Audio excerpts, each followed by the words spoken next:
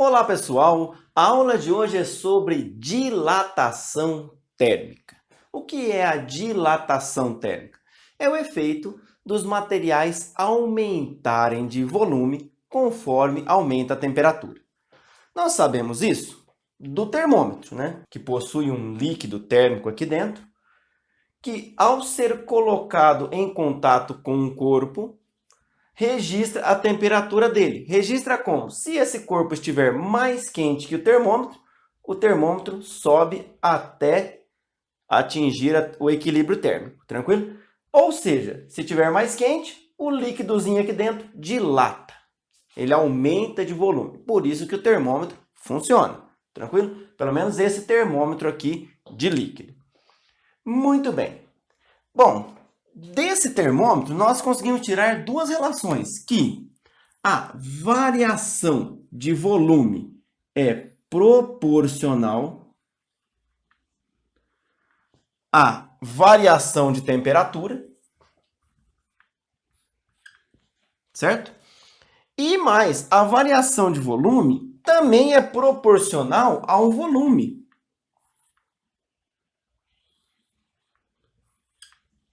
Vamos chamar de volume inicial. Tranquilo? Por quê?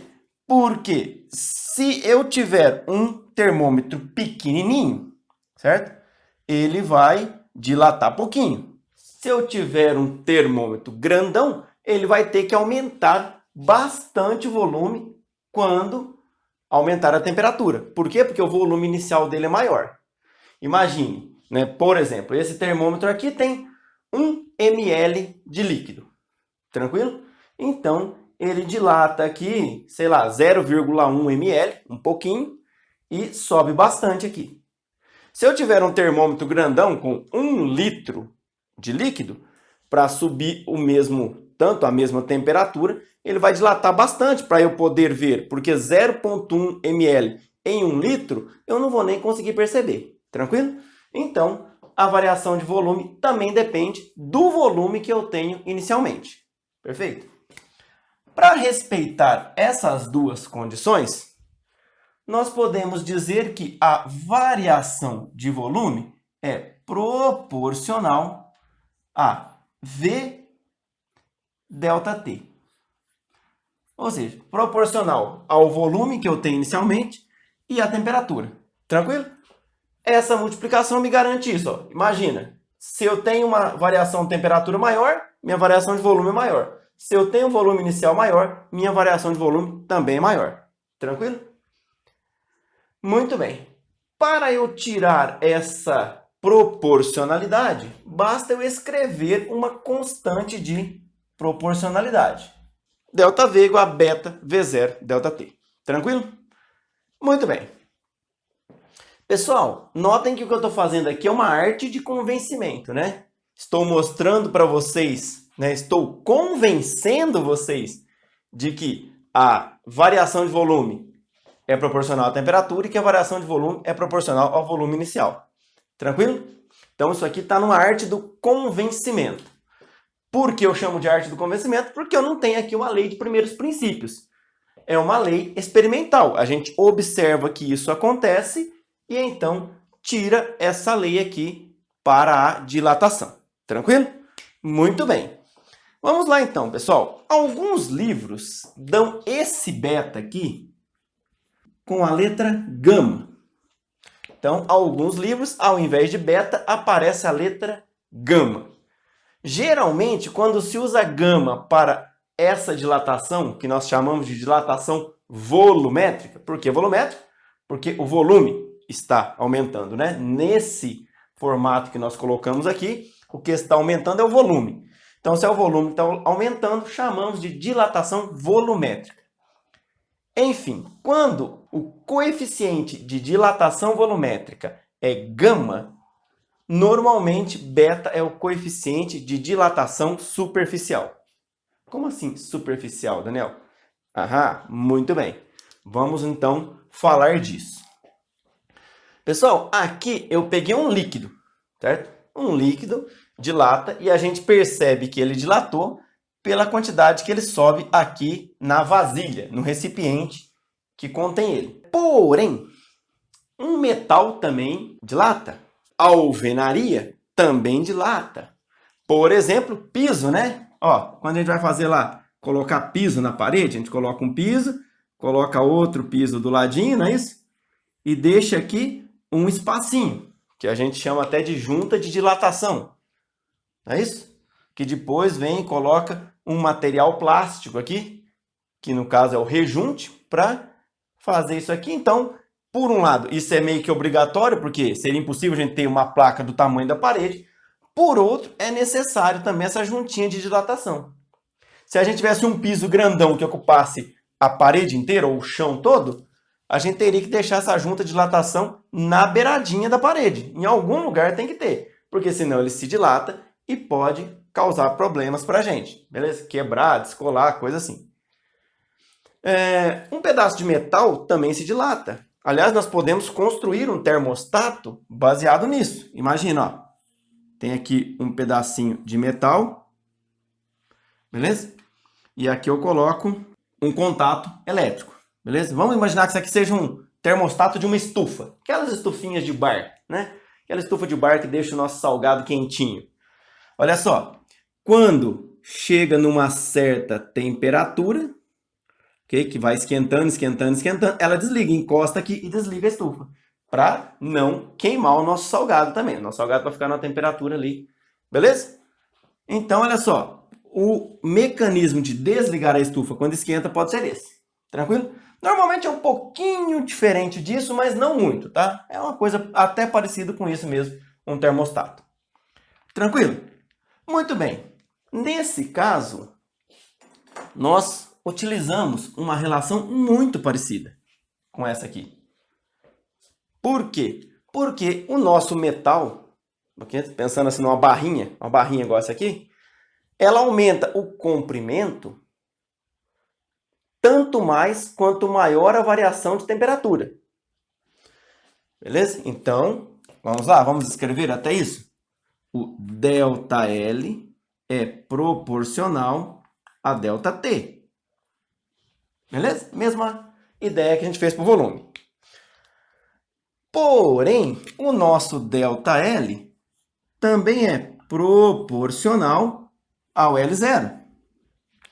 Ou seja, se eu tiver uma barrinha desse tamanho, ela dilata um pouquinho. Se eu tiver um trilho de trem de ferro, aquele enorme, aquele trilho bem grandão, ele dilata um pouquinho mais. Então, a dilatação também depende do comprimento. Mesma lógica que a gente fez para o volume. E aí, eu vou tirar a mesma relação. Vou fazer direto. ΔL igual a alfa L0 ΔT. ΔL igual a alfa L0 ΔT. E nesse caso aqui, nós estamos analisando apenas a dilatação em uma dimensão. Eu tenho uma barrinha. Beleza? Essa barrinha tem altura, tem comprimento, tem ali uma profundidade também. Beleza? A gente pode até fazer o desenho bonitinho assim, ó. Muito bem. Então, eu tenho a minha barrinha aqui, ó. Ela tem 3 dimensões, mas eu só estou considerando o comprimento, o quanto ela aumenta aqui, ó. Ela tem isso aqui de L0, beleza? E ela vai dilatar essa quantidade aqui, que eu vou chamar de ΔL. Beleza? E essa quantidade aqui vai ser o nosso L final. Você pode chamar esse de L inicial, esse de L final, então LI e LF, L0 e L, L1 e L2. Fique à vontade, tranquilo? A anotação é sua, você pode fazer da maneira que melhor lhe aprouver. Essa aqui é uma anotação que aparece bastante nos livros. Pessoal, eu costumo ver às vezes se dizer assim, uma barrinha fininha que a gente possa desprezar as outras dimensões. Eu não gosto dessa interpretação, tá? Não vou dizer que ela está errada, mas eu gosto mais de pensar o seguinte, que eu estou interessado apenas nessa dimensão. Pensando lá no nosso termostato, né? Vamos fazer aqui só em 2 dimensões para facilitar a nossa vida, para a gente enxergar. Nosso termostato, né? Só interessa o quanto aumenta ou diminui, né? Se a temperatura aumentar, aumenta o tamanho da barra. Se a temperatura diminuir, diminui o tamanho da barra. Mas, enfim, só interessa o quanto aumenta ou diminui nessa dimensão, para encostar no meu contato elétrico ali. Então, não interessa as outras dimensões. Tranquilo? Daniel, mas não há caso em que interessa as outras dimensões? Há sim. Então, vamos lá. Vamos pensar num caso de um piso, né? Eu acabei de dar o exemplo do piso aqui, né? O piso interessa quanto ele dilata para lá, porque aqui tem outro piso. Perfeito? Nossa, meu piso ficou horrível, né? Mas vai ficar horrível mesmo. Beleza? E interessa também quanto ele dilata para cima ou para baixo, porque aqui tem outro piso. E aqui tem outro. E aqui tem outro, né? Tranquilo, ó. Deveria ter feito os pisos todos do mesmo tamanho, bonitinho, né? Mas só para a gente entender, tranquilo? Então interessa quanto ele dilata nessa direção e quanto ele dilata nessa direção. Tranquilo? E para cá, Daniel, o quanto ele aumenta, ele cresce assim, ele não cresce para frente? Cresce. Cresce sim, ele aumenta nessa direção. Porém, aqui eu tenho espaço, no caso do piso, né? Não está lá no chão, eu tenho espaço, ele pode aumentar ali 1 milímetro, 2 milímetros, não causa problema nenhum, né? Ele não dilata tudo isso normalmente. Mas imagina, pode dilatar bastante. Então não me interessa o quanto o piso aumenta para frente ou para cima, no caso do chão. Tranquilo? Então só me interessa duas dimensões. Então só me interessa a área dele. Beleza? Mesma coisa, tá, pessoal? A variação da área é proporcional à variação de temperatura. A variação da área é proporcional à área inicial. Tranquilo? Então vamos pegar isso aqui, ó. Delta A sobre A. Beleza? Vou colocar assim, ó. Delta A sobre A0 é igual a... Vamos fazer? Delta. A área aqui, ó. Vamos pegar esse caso quadrado aqui, só como exemplo. L1, L2. Beleza? Vamos chamar de Lx e Ly para facilitar a vida? Vamos lá. L0x, L0y. Dividido por L0x, L0y. Beleza? E agora vamos aplicar esse operador delta ali no nosso produto. Pessoal, o operador aqui delta no produto vai ficar bem parecido no frigir dos ovos com o operador diferencial para o produto, tá? Como é que a gente faz a derivada de um produto? Não é derivada do primeiro vezes o segundo mais o primeiro vezes a derivada do segundo. Beleza? No frigir dos ovos aqui, vai acabar sendo a mesma coisa.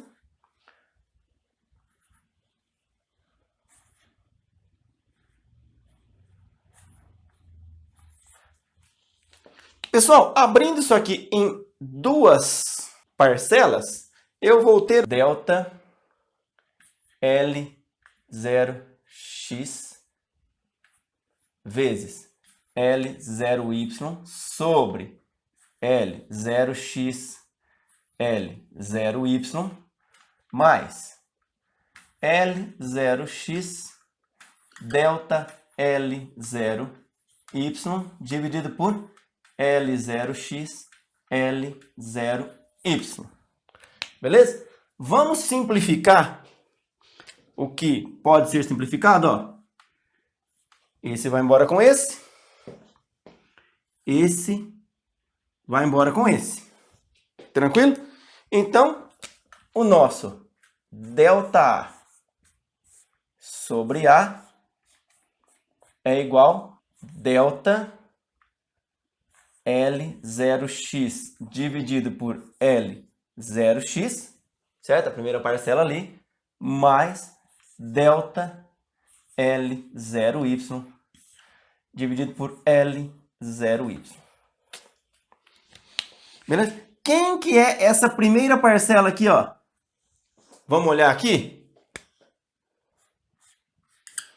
Delta L sobre L é igual a alfa delta T. Tranquilo? Ó, delta L sobre L é alfa delta T. Então, delta L0x por L0x é alfa delta T. Beleza? Esse primeiro aqui, ó. Tranquilinho? Esse segundo, delta L0y por L0y, também é alfa delta T.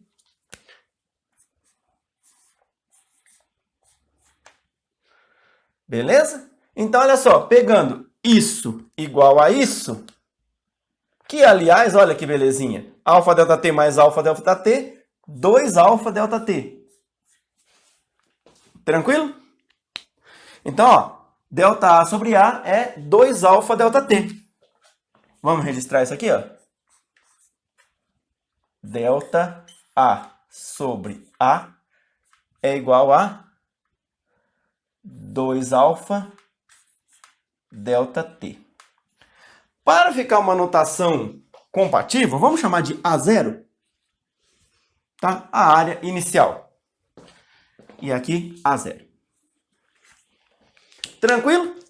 Então, olha só, nós temos também a mesma relação para a área. Basta agora eu passar a área para lá. Vai ficar delta A igual 2 alfa A0 delta T. Tranquilo? Eu vou dar uma apagada aqui na lousa e vou resumir apenas o que nos interessa por enquanto. Ó, essa expressão, essa expressão, e vou registrar aquela ali também, tá bom? Vamos lá, deixa eu apagar aqui e fazer esse registro, eu já volto. E está aí, pessoal, nosso resuminho até o presente momento. Dilatação volumétrica de líquidos, dilatação linear, certo? Só numa dimensão de um sólido, dilatação superficial em 2 dimensões de um sólido. Essa expressão aqui, primeira, ó, ela vem daqui, né? Peguei esse A0, passei para lá, e eu repeti também aquele ali aqui para ficar no nosso registro. Tranquilo? Eu posso ainda fazer a dilatação volumétrica de um sólido. Porque o nosso sólido pode ter dilatação nas 3 direções. Aliás, normalmente ele tem dilatação nas 3 dimensões. Beleza? E aí, neste caso, fazendo a mesma coisa, eu vou colocar ΔV sobre V. Vou pensar num cubo, vou chamar de L0x, L0y e L0c, as arestas do meu cubo. Beleza? Vou fazer a mesma coisa e a essa altura você já deve acreditar em mim que nós vamos chegar em 3 alfa V0 delta T. Tranquilo? Ou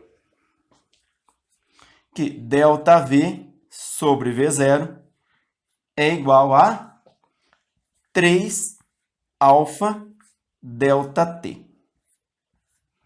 Beleza? Apagando essa parte aqui de baixo só para limpar a nossa lousa, nós ficamos aqui com o resumo das expressões para dilatação. Beleza? Vamos registrar o que é cada uma dessas expressões? Essa aqui é válida para dilatação e dilatação volumétrica de sólidos. Beleza? Então, repetindo, ó, essa primeira expressão vale para a dilatação dos líquidos. Essa aqui para a dilatação em apenas uma direção de um sólido. Essa para a dilatação em 2 dimensões, numa superfície de um sólido. E essa para a dilatação volumétrica, ou seja, nas 3 dimensões também de um sólido. Tranquilo? Tomem cuidado porque líquido sempre dilata em todas as dimensões, tá? Líquido não pode dilatar apenas em uma dimensão. O que é razoável da gente errar, pensando que no nosso termômetro a gente só enxerga a dilatação nessa direção, certo? Só aumenta a altura da coluna de mercúrio. Mas é porque o volume dilatou, tranquilo? Então não posso pensar em dilatação de líquidos apenas em uma direção. Muito bem. Pessoal, olha só, para fechar, vamos falar de um detalhe bastante interessante. No nosso termômetro aqui, por exemplo, nós temos um líquido e um invólucro, beleza? Esse vermelhinho aqui. Então vamos pensar, é um vidrinho cheio de mercúrio, cheio de álcool, cheio de uma substância líquida aqui, que é o nosso líquido termométrico, beleza? Nosso líquido que está sendo usado para construir o termômetro. Os líquidos normalmente dilatam mais do que os sólidos. O coeficiente de dilatação dos sólidos está ali geralmente na casa de 10 a menos 5, o alfa, enquanto que o coeficiente de dilatação dos líquidos está ali na ordem de 10 a menos 3, 10 a menos 4, ali, nessa área. Então, o líquido dilata geralmente bem mais que o sólido. Por isso que a gente observa que o mercúrio sobe aqui no nosso termômetro. Mercúrio ou outro líquido que tenha dentro desse termômetro. Tranquilo? Porque tanto o líquido está dilatando como o recipiente está dilatando. Tranquilo? Se eles dilatarem igual, eu não enxergo nenhuma variação aqui. Ele vai ficar sempre, se eu vier aqui e fizer um pontinho no meu termômetro, ele vai sempre ficar nesse mesmo ponto, porque está dilatando o mesmo tanto. Tranquilo? E não é isso que a gente observa. Se eu tiver sei lá, pega um copo, coloca água até na boca e aquece. Daí a pouco transborda. Essa quantidade que transborda é o que o líquido dilatou menos o que o recipiente dilatou. Tranquilo? Vamos ver como é que fica isso? Vamos pegar a expressão para o líquido e a expressão para o sólido, para a dilatação de ambos. Vou até colocar essa aqui embaixo desse aqui. Dilatação do líquido, eu coloquei até um subíndice L aqui, para líquido, V0 beta delta T. Dilatação do sólido, V0 vezes 3 alfa, onde alfa é o coeficiente de dilatação linear, vezes delta T. Tranquilo? E vamos, então, registrar o que a gente acabou de dizer antes de eu apagar a lousa. Que o quanto o líquido dilata menos o quanto o recipiente dilata é o quanto a gente vê a dilatação, é o quanto transborda, no caso do copinho que eu tinha desenhado, é o quanto sobe aqui na coluninha de líquido, nesse termômetro de líquido. Tranquilo? Então, isso eu vou chamar de ΔV aparente. Por que aparente? Porque é o quanto eu realmente vejo que dilatou. Isso é ΔVL menos ΔVS. Variação de volume do líquido menos a variação de volume do sólido. Colocando essas expressões aqui dentro, nós teremos que o ΔV aparente é igual V0 beta delta T menos V0 vezes 3 alfa delta T. Tranquilo? Colocando V0 e delta T em evidência, Daniel, mas eu posso? Pode, porque inicialmente o volume do recipiente e do líquido era o mesmo. Tranquilo? Então, eu posso colocar em evidência. Então, colocando em evidência, eu vou ter V0 delta T vezes beta menos 3 alfa. E esse beta menos 3-alfa a gente chama de coeficiente de dilatação aparente. Nem precisamos dizer que é coeficiente volumétrico de dilatação aparente, porque essa dilatação aparente só pode ser registrada para volume. Então, nem precisa colocar o volumétrico aqui, não precisa desse adjetivo. Beleza, pessoal? Muito bem. Né? Só reforçando o que eu disse anteriormente, que este beta em alguns livros aparece com a letra gama. Nos livros que aparece beta, ao invés de aparecer beta, aparece gama, a dilatação superficial é A0, e aí eles usam para, em vez de usar 2-alfa delta T, esse 2-alfa é comum que apareça beta. Então, beta, em alguns livros, pode ser dilatação volumétrica, e aí dilatação superficial costuma aparecer como 2-alfa, e aí você não erra nunca. Então, eu gosto dessa notação, que diz que o coeficiente de dilatação linear é alfa, o coeficiente de dilatação superficial é 2-alfa, e o coeficiente de dilatação volumétrica de sólidos é 3-alfa, e a gente não erra nunca. Ou acontece de alguns livros dizer que o coeficiente de dilatação linear é alfa, o coeficiente de dilatação superficial é beta e o coeficiente de dilatação volumétrico é gama. E neste caso, nós precisamos colocar gama de líquido e gama de sólido. Ou alguma coisa que identifique, para que, quando nós formos encontrar esse tipo de relação, a gente não tenha gama menos gama. Tranquilo?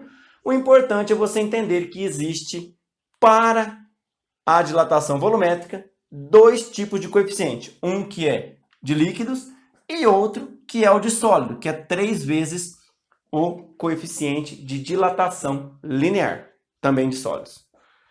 E para finalizar, vamos tomar uma outra forma desta equação, que também aparece bastante nos livros, que é esta aqui, olha. Quem que é ΔV? É V final menos V inicial, ou V menos V0, ou V2 menos V1, na notação que você preferir. Eu estou usando essa aqui, V menos V0. ΔV, V menos V0.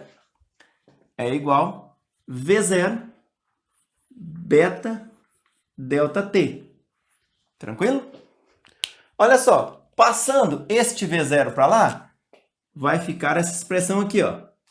V igual V0 mais V0 beta delta T. Colocando o V0 em evidência, teremos que o V final é igual ao V inicial, que multiplica 1 mais beta delta T. Tranquilo? Análogos dessa expressão também podem ser encontrados para dilatação linear, dilatação superficial e dilatação volumétrica de sólidos. Tranquilo? Não é necessário colocar esse parênteses e esse aqui, né? A multiplicação fica perfeita sem esse parênteses, então eu não precisaria. Mas eu coloquei apenas para ressaltar que alfa é o coeficiente de dilatação linear de um sólido. 2-alfa é o coeficiente de dilatação superficial deste sólido. E 3-alfa é o coeficiente de dilatação volumétrico de sólidos. Unidade de coeficiente de dilatação. Bom, a unidade de coeficiente de dilatação tem que ser tal que esse colchetes aqui seja adimensional, porque aqui tem V, aqui tem V. Então, isso aqui tudo tem que ser adimensional. Ou, se você quiser pensar que esse termo aqui tem que ser adimensional, para poder somar com o número 1, que não tem dimensão de nada, também vale. Então, o alfa tem que ter dimensão de inverso de temperatura. Ou seja, grau Celsius a menos 1, Kelvin a menos 1, ou até mesmo, por que não, grau Fahrenheit a menos 1. Tranquilo? Unidade de temperatura a menos 1. Ou, quando a gente fala o valor, né, a gente fala, sei lá, 10 a menos 5 por grau Celsius, por grau Fahrenheit, por Kelvin. Tranquilo? Também é válido. E talvez você esteja perguntando, Daniel, todos os materiais dilatam? Ferro, alvenaria, líquidos, gases, né? Os gases também aumentam de volume quando a temperatura aumenta. Embora que nos gases a relação é um pouquinho particular, nós vamos até estudar os gases em algum outro momento, mas separadamente. Mas sim, eles aumentam de volume conforme aumenta a temperatura. Tem, porém, um caso que não segue isso em todo o espectro de temperatura, e ele é muito importante, que é a água, tá bom? A água tem um comportamento anômalo entre 0 graus Celsius e 4 graus Celsius. Beleza? Ou seja, a água aumenta de volume conforme a temperatura aumenta, inclusive no estado sólido. O gelo também aumenta de volume conforme a temperatura aumenta. Porém, neste intervalo, a água diminui de volume conforme a temperatura aumenta. Depois dos 4 graus, novamente ela volta a aumentar de volume conforme a temperatura aumenta. O comportamento anômalo ocorre apenas nesse intervalo de temperatura. Bacana? Então, cabe registrar esta exceção, porque é uma exceção muito importante. Estamos falando de água, solvente universal, líquido usado para gerar energia elétrica, líquido usado para definir caloria, líquido usado para muitas coisas, ou seja, é uma substância muito importante para a vida no planeta Terra e ela tem um comportamento anômalo neste intervalo, tá bom? Então, só para registrar isso, mas comportamento anômalo da água é uma matéria para uma próxima aula, tranquilo? Mas fica aí registrado que nesse intervalo ela tem um comportamento diferente. Tranquilo, pessoal? Bom, era isso que eu tinha para falar para vocês hoje. Até um próximo vídeo.